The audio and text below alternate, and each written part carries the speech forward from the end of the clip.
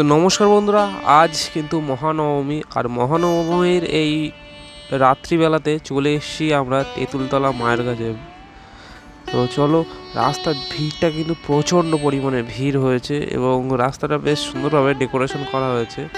তো আমরা কিছুক্ষণের ভিতরে কিন্তু চলে যাব তেঁতুলতলা মায়ের কাছে, যেটা কিন্তু বুড়িমা নামে পরিচিত।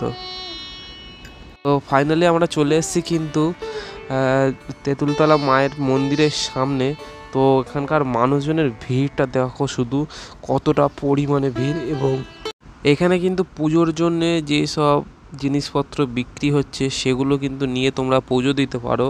আর এবছর কিন্তু মায়ের পুজো সেটা কিন্তু 233 বছর পুরনো এবং মায়ের মুখটা কিন্তু বেশ সুন্দর দেখতে লাগছে। আমি দূর থেকে দেখছি, কিন্তু সত্যি মায়ের সামনেই যখনই আমি গিয়ে দেখলাম না, গায়ে সত্যি কাঁটা দিয়ে ওঠার মতন।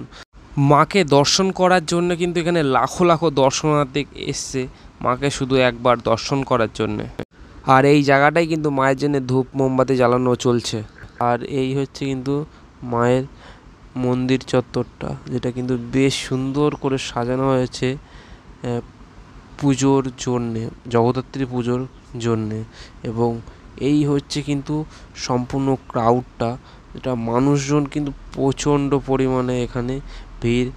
সত্যি মায়ের মন্দিরটা যে এত সুন্দরভাবে সাজিয়ে তোলা হয়েছে পুজোর জন্যে, সত্যি বেশ সুন্দর একটা ঝাড়বাতি ব্যবহার করা হয়েছে। এই যে দেখো কত সুন্দর দেখতে লাগছে। তো এই ছিল কিন্তু আজকে তেঁতুলতলা মায়ের ভিডিও, যেটা আমার তরফ থেকে আমি যতটুকু সম্ভব তুলে ধরার চেষ্টা করলাম। কেমন লাগলো অবশ্যই কমেন্ট করে জানান।